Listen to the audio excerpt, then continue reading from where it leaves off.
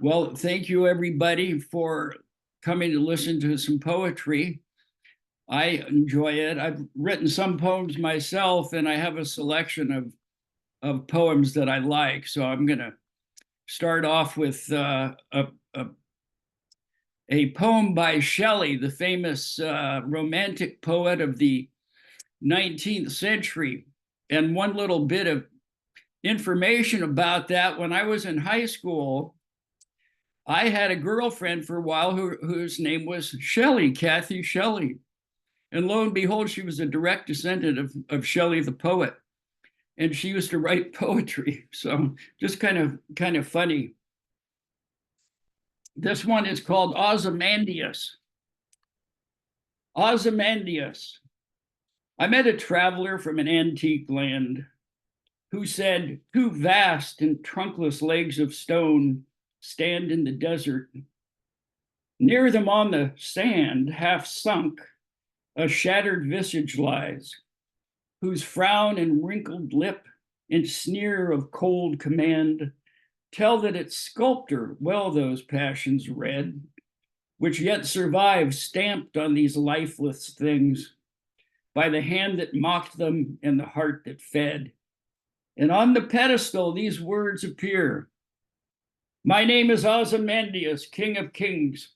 Look on my works, ye mighty, and despair. No thing besides remains round the decay of that colossal wreck. Boundless and bare, the lone and level sands stretch far away." And that's Ozymandias by Percy Shelley. I'll read one of my own. I was a sailor for 10 years and sailed over a good part of the world in the Far East and the Indian Ocean. And I wrote a poem inspired by a boat that I saw being built in Fremont out in a field, and it looked entirely out of place. But I watched that boat over a period of months, and then you can see what happened. It's called Birth of a Boat. I passed it every day, an embryo, gestating like a cicada in the earth, outplaced in a hayfield, 20,000 leagues from the sea, prostrate, an absurd monument, as helpless as a back-flipped beetle begging for direction. The static hull, specimen mounted, washed by amber waves of grain, longed for something it could not conceive, never doubting one instant that somewhere existed a thing like the sea.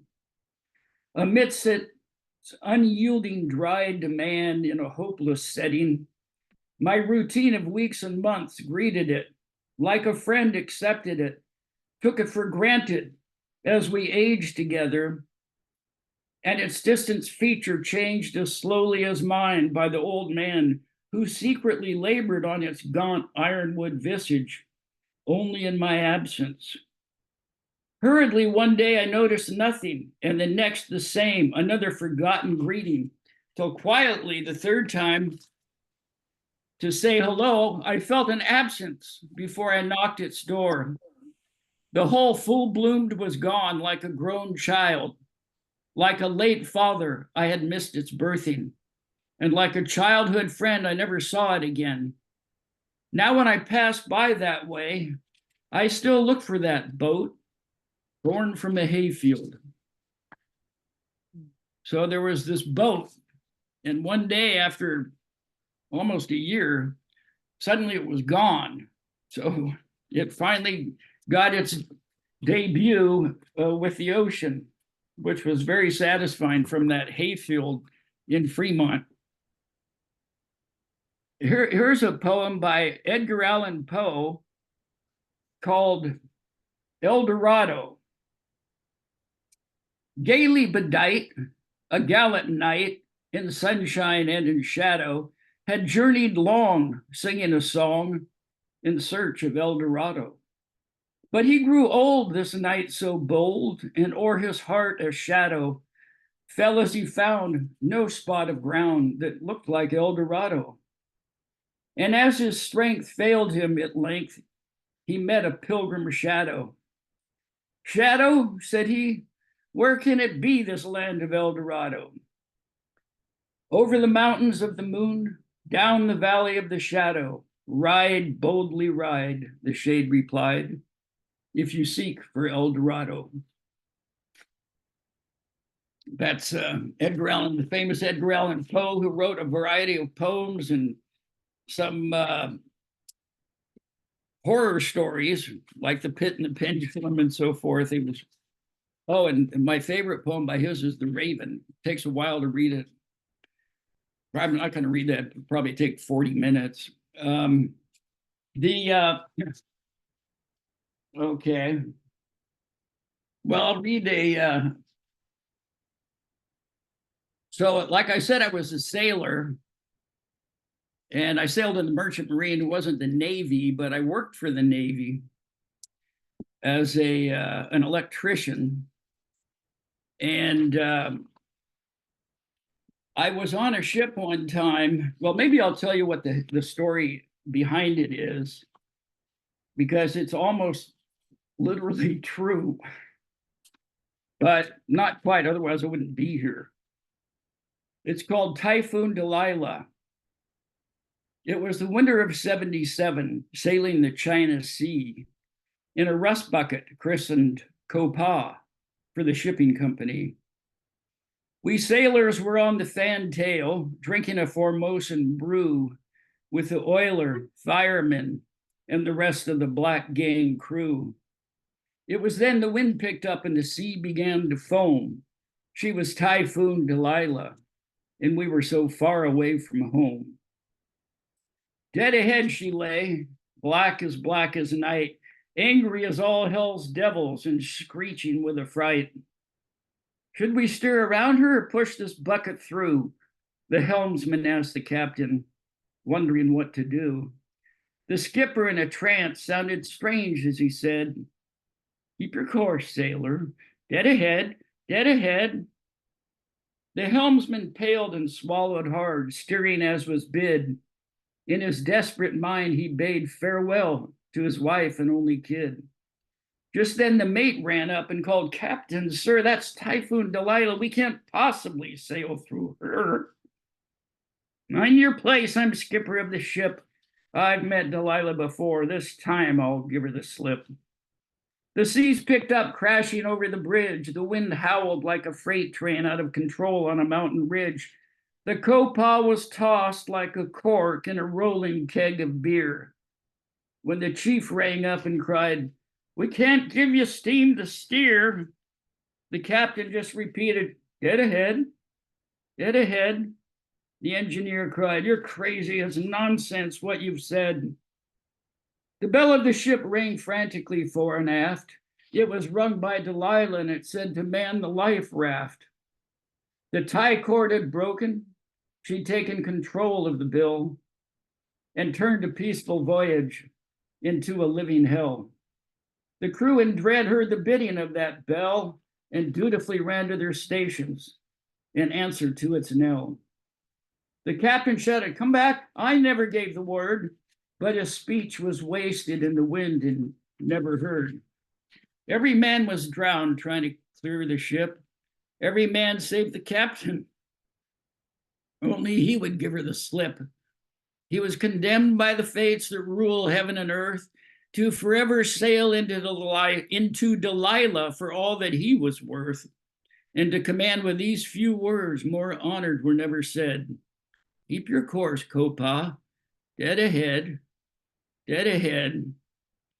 So Copa was the name of the ship, K-O-P-A-A, that this referred to. There really was a captain who I sailed with him. I wasn't on that particular voyage, but he did, against all good advice, sailed straight into a typhoon. And the ship almost sank. And when they got back to the Coast Guard, removed his license and said, "You're not shipping as captain anymore." And my personal experience with him was that he almost electrocuted me on another ship because he was turning circuits back on that he should never have touched. That was, and some terminology, maybe I should have said that first. Formosa is now Taiwan. Black gang is the engine room personnel. Helmsman is the sailor who steers the ship. Dead ahead means go straight ahead. And anyway, so that was that. It's not quite a literal story, but it was inspired by somebody who actually said, let's go into the typhoon, and really caused a problem there. Let's see. Oh, I know. I'm going to read one of my favorite Shakespeare poems. It's called Sonnet 18, and you'll probably have heard this before. Shall I compare thee to a summer's day? Thou art more lovely and more temperate. Rough winds do shake the darling buds of May, and summer's leaves hath all too short a date. Sometimes too hot the eye of heaven shines, and often is his gold complexion dimmed. And every fair from fair sometimes declines, by chance or nature's changing course untrimmed. But thy eternal summer shall not fade, nor lose possession of that fair thou owest, nor shall death brag thou wanderest in his shade, when in eternal lines to time thou growest. So long as men can breathe or eyes can see, so long lives this, and this gives life to thee. So Shakespeare really was really found somebody that maybe it was his wife, probably was. Anyway, beautiful poem about beauty and growing old and it fading, but not your real beauty does not fade. And death cannot even overtake it. So I'm going to read I wrote a children's book. It's called Admiral Aardvark's Fantastic Menagerie. And it's a book of silly poems about animals, mostly African animals, which, and then in the second half of it has fascinating facts about all those animals. So I'm not going to read the whole thing, but I'm going to give you an example of one of the poems that I put in there. And it's it's supposed to be fun. And the thing is, even though it's written for children, young people, I don't spare on the vocabulary because I think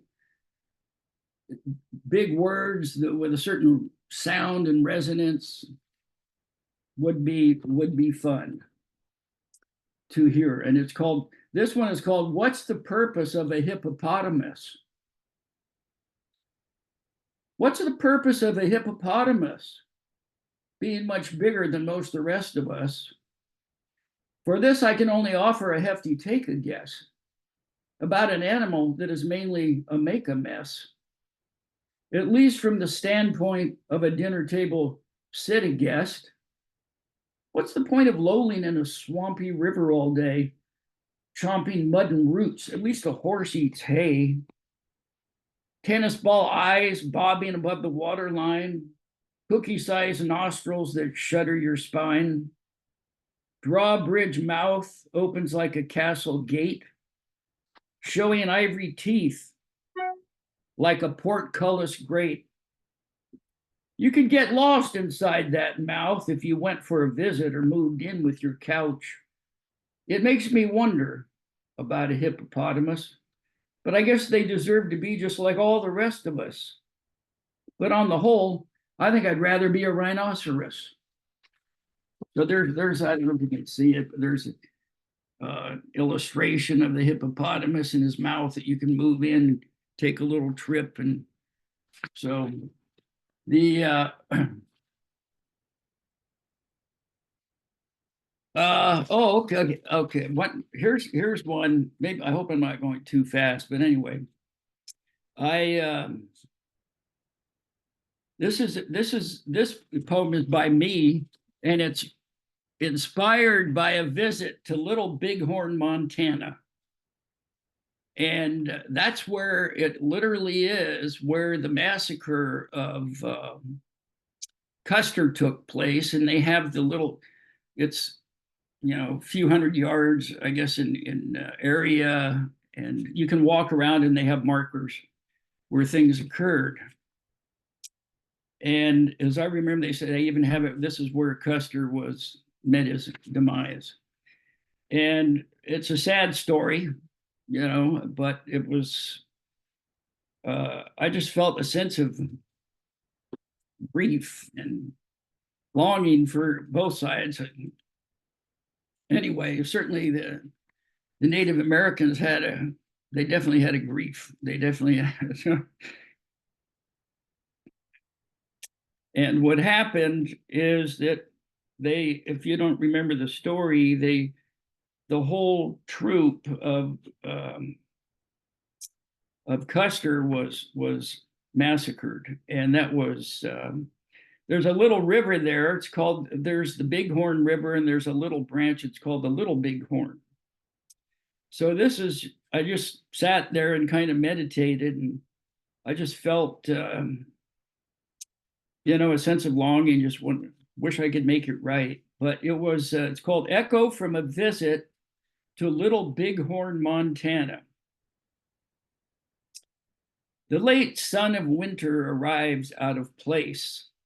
It's a warm memory of lost childhood in a stodgy season of cold adulthood. I sit crumpled in serpentine like a spider. Mammoth bones move like a flea on ice. There's a cup of red blood on my doorstep, a gift of the fatal season, where a war whoop whispers in my stone ear like an axe at my fingertips, while my stomach crows for one last ghost dance. I can hear a cry as old as birth itself, seething like a wind chime on windy seas of grass. My heart beats like a trumpet. I feel like a sailor in ruddy solar seas. As my naked feet drag through the hard, hilly earth, married as they are to such a graceful woman, I leave without a song or memory, except for a hard, stony seed buried now in the yellow-haired intestines of my long, crooked soul.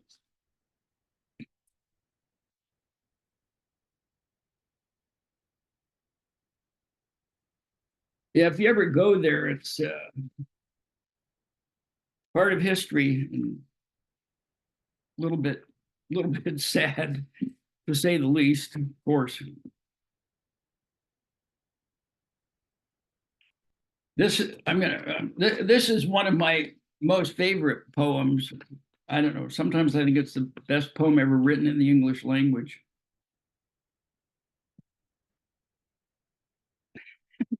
And one time I was reading it I'm part of this poetry group, and I was reading it and I became so overcome I could hardly continue reading it. So, and it's by Dylan Thomas. And I think he was active in the 30s, 40s, into the 50s. And it's called The Force That Through the Green Fuse Drives the Flower. The force that through the green fuse drives the flower drives my green age, that blasts the roots of trees is my destroyer. And I am dumb to tell the crooked rose, my youth is bent by the same wintry fever. The force that drives the water through the rocks drives my red blood, that dries the mouthing streams turns mine to wax. And I am dumb to mouth unto my veins how at the mountain spring the same mouth sucks. The hand that whirls the water in the pool stirs the quicksand, that ropes the blowing wind, hauls my shroud sail. And I am dumb to tell the hanging man how of my clay is made the hangman's line.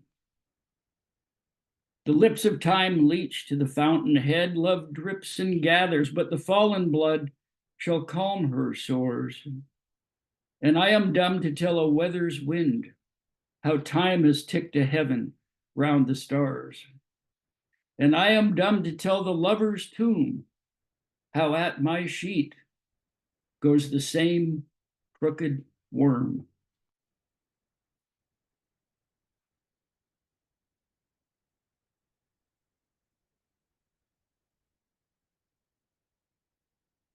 Read these a little bit quicker than I didn't want to overrun. I think I'm gonna just let me see.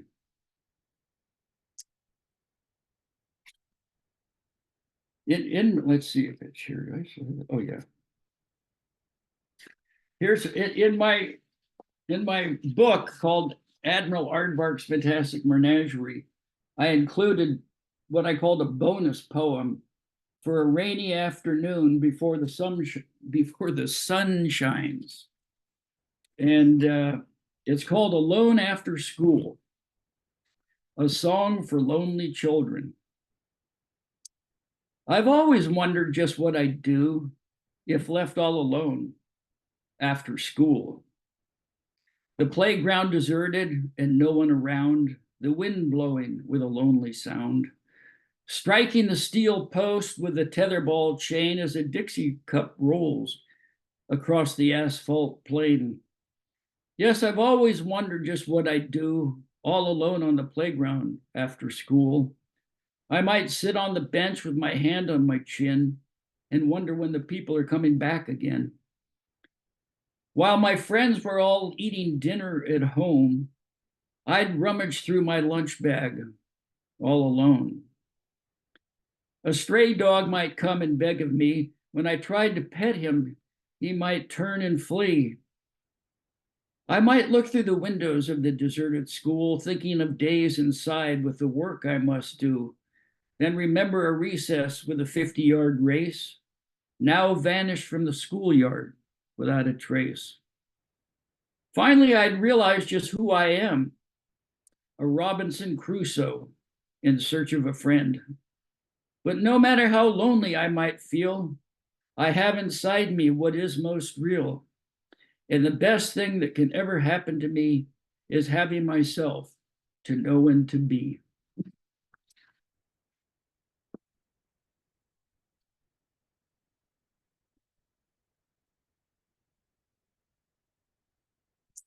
Since I have this book, and I'm going to read the introductory poem to the Admiral Aardvark Sails the Sea.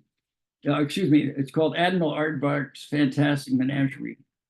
And so I wrote it. The introductory poem to the Admiral Aardvark goes as Admiral Aardvark. It's called Admiral Aardvark Sails the Sea. It's the name of it. Admiral Aardvark on a horse cashew bravely sails the ocean blue. His helmet stars pulled from the sky shine from his head like a butterfly. His boat an ark, no small canoe, full of animals just like a zoo. His favorite meal, a bowl of ants, his tail lassos around his pants.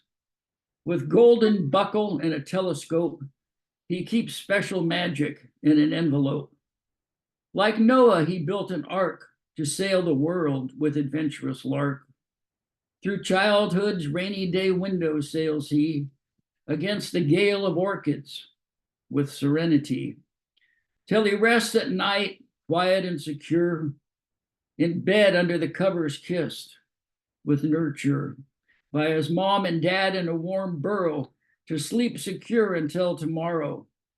And when the wind blows through the sunlit shadows, through our pockets, sleeves, and moonlit meadows, we can be just like Admiral Aardvark throughout our day, with happy adventures as our lifetime's way.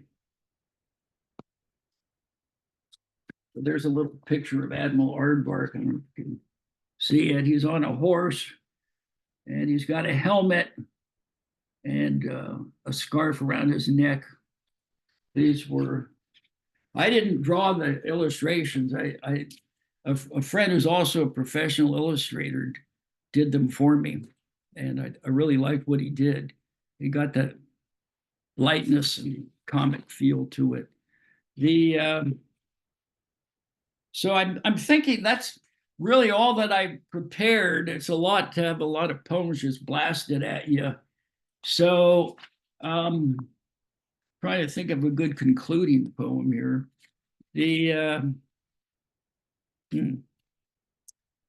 Well, let's see.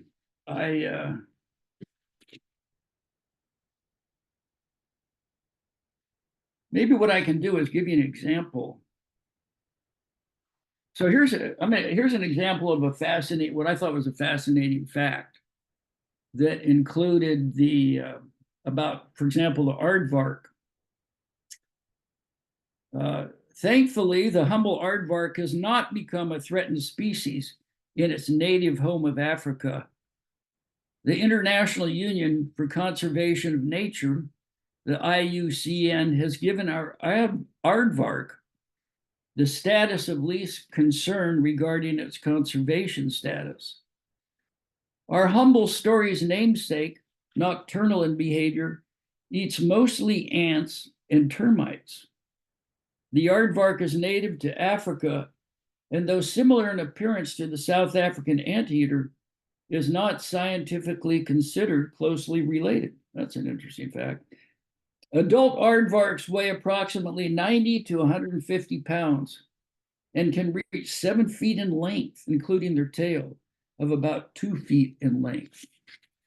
So that's the aardvark. As far as the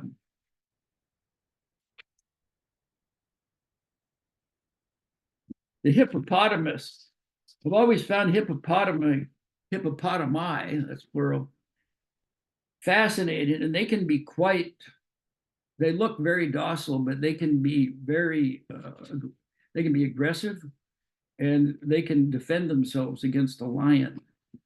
It's amazing. But the facts about the hippopotamus is categorized as vulnerable or likely to become endangered by the International Union for the Conservation of Nature. As of 2014, there were 4,728 animals and 4,914 plants classified in this way, whereas in 1998, there were 2,815 animals and plants so categorized. So as time has gone on, more and more animals and plants have been classified as endangered and vulnerable. The correct plural for hippopotamus is both hippopotamuses and hippopotami. Hippopotamuses can weigh as much as 3 tons or 6,600 pounds. Despite their clumsy look and size, they can easily outrun a human being. They are also extremely aggressive and considered one of the most dangerous of land animals, capable of fighting off a lion. Though they look somewhat like pigs, their closest relatives are the cetaceans, which are whales and porpoises. Hippopotamus grave as far as 10 kilometers inland and can eat 150 pounds of grass in one night. So the fascinating fact, I thought those were very interesting. Well, that's all the poems that I have right here for now. And Thank you so much. It's so beautiful. You got lots of comments on the chat.